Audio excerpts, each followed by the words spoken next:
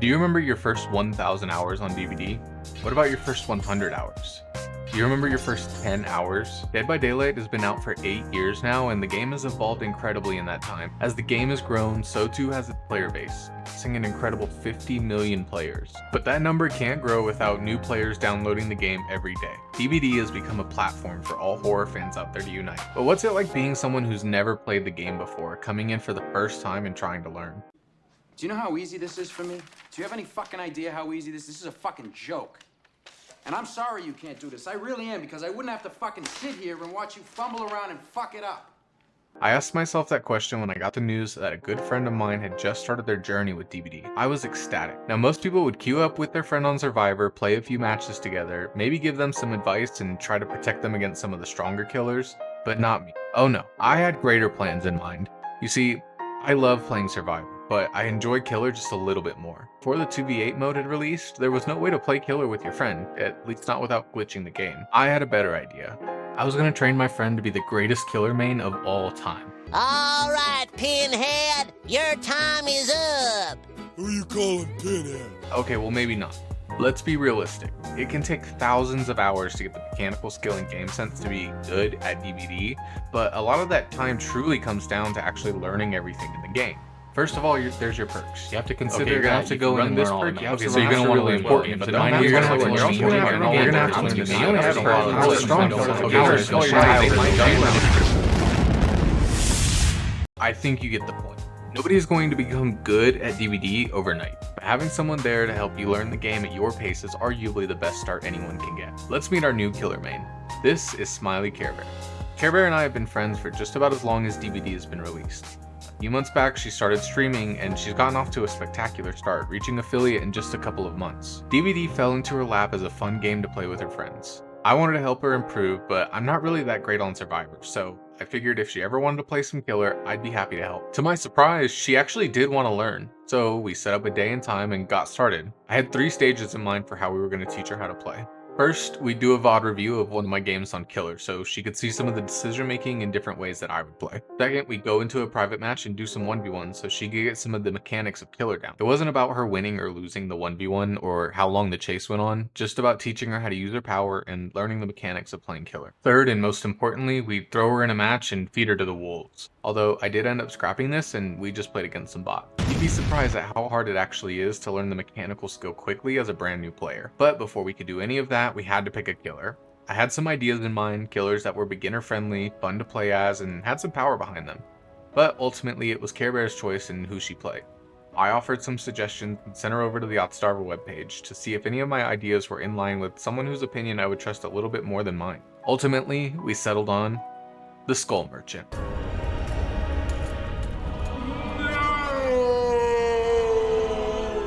I'm kidding, of course. We chose Wraith. Bing, bing.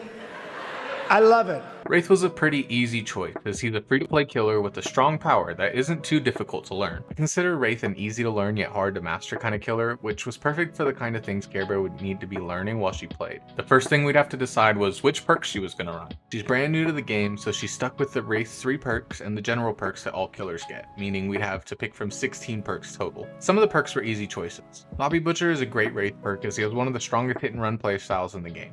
If we lose track of someone after we hit them, we'll have about 90 seconds to find them again, and if we interrupt their heal, we get an insane amount of value from the perk. That's 1 perk slot down. What about the other 3? There's not really any great perks to choose from. Wraith's 3 perks, Predator, Bloodhound, and Shadowborn, are all pretty useless coming from a long-term standpoint. Bloodhound wasn't a terrible choice, as tracking blood pools could be a good advantage for a new player, but I felt it was something that maybe we could consider later on, once we were a bit better at tracking with scratch marks and game sound. Predator seemed counterintuitive, as I wanted her to learn how to read scratch marks, and Predator completely changes the way that they show up, meaning that if you wanted to change killers, she'd have a really hard time tracking going forward. And Shadowborn is incredibly situational and not realistically going to help us ever. So what other perks were there to choose from? I thought about what some of the difficulties of being a new player may be when it comes to playing Killer. My first thought was that finding gens and hooks can be a bit difficult before you know the map layouts, meaning survivors would be more likely to wiggle off while you're carrying them due to not being able to get them on the hook in time. Iron Grasp was a great solution to this. With an additional few seconds to carry survivors to the hook, we shouldn't have too many issues with dropping survivors off our shoulder. Plus, the reduction in swaying while carrying a survivor is a nice added bonus that even strong killers can struggle with sometimes. 2 more perks to choose from. There weren't many options. I considered that a new player is going to have some difficulty timing their swings and getting clean hits. That meant a lot of whiffs and a lot of wasted time. The easiest solution to this was unrelenting. With a 30% reduction in the cooldown for our swing, if we do make a mistake and swing from too far away, it wouldn't cost us nearly as much distance as it normally would. 1 more perk. It was really difficult to decide the 4th perk from here. Without any gen regression options or even just a decent all-around perk like Discordance or Lethal Pursuer, to consider what the last major hiccup might be. At first, I thought Noed was the way to go. It's incredibly strong, can save games, and realistically, we're gonna go to endgame more often than not. But I threw away that idea. While those are strong points to run Noed, it's still a crutch perk, something that's not going to help us improve except in getting kills in the endgame. Back to the drawing board. I had to come up with a perk that would get so much value. A perk that would save every single game no matter the circumstance. A perk that every single killer main runs no matter what killer that they're playing. I'm of course talking about Deerstalker.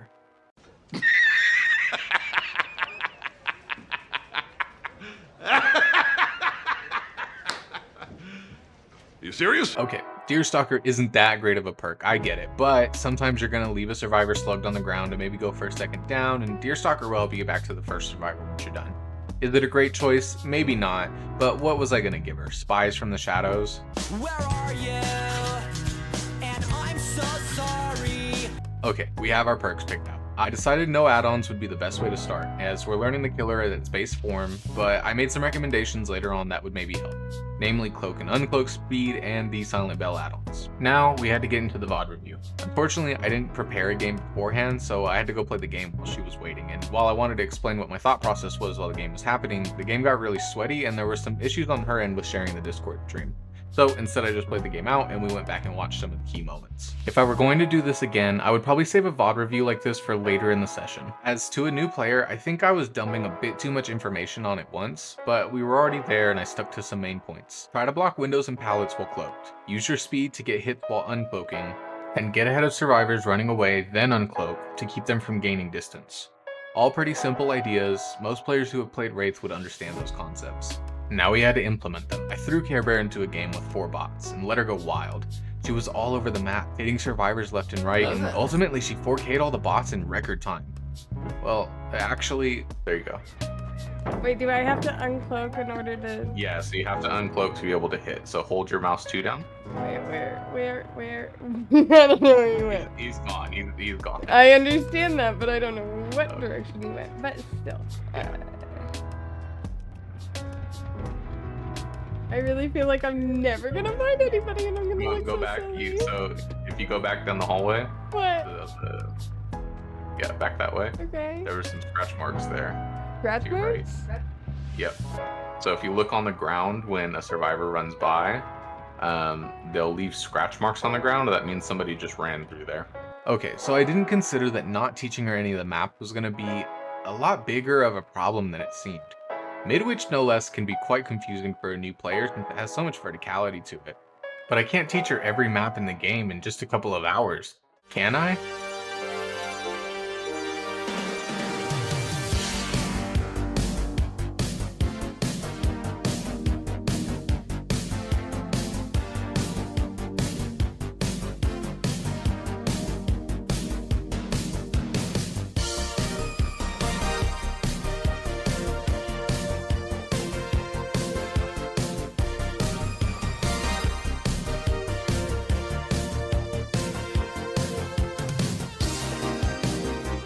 No, I don't think I'm able to.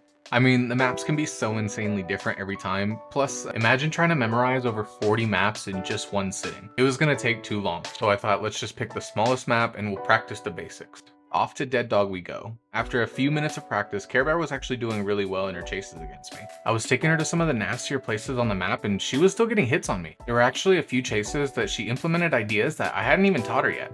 Look at this. Actually, don't go up. Right. Ooh, good job blocking. But I'm too sorry.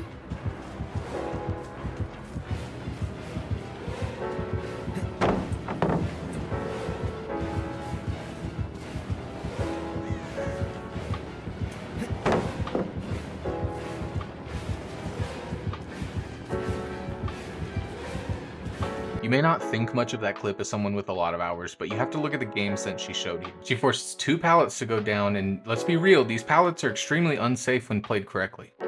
The thing is, I didn't teach her anything about looping yet, only how to use her power and how to swing. So to have the natural game sense to get me to drop 2 unsafe pallets back to back is actually quite impressive. It's not just how she forces the pallet to go down, she also quickly wraps around the pallet after they go down. Had I taken the time to show her proper looping and zoning, these pallets would have been very close 50-50s at best. She may not have finished the chase quickly, but remember I have 20 times as many hours as she does. Of course she's going to struggle a bit at first, but as time went on she quickly started improving. So I gave Care Bear one final challenge, a 3v1 with myself and 2 bots versus her. Her goal, to kill both the bots before I could escape, and if possible, kill me too. The game started out incredibly slow. 2 of the 4 gens had gotten done before Care Bear was even able to get it down, and then this happened.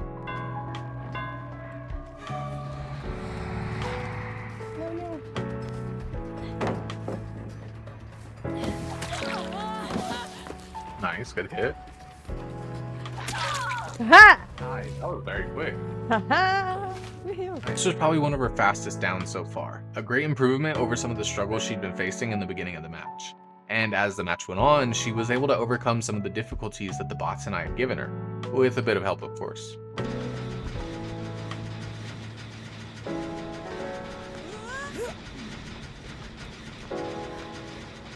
I'll tell you, we're at the gallows. I'm blocking them from doing the job. So, do with that information what you will. Okay, I know it's not great practice if I'm sandbagging my teammates, but cut me some slack. She's new at the game. Plus, there were plenty of times where I stepped in to help my team out.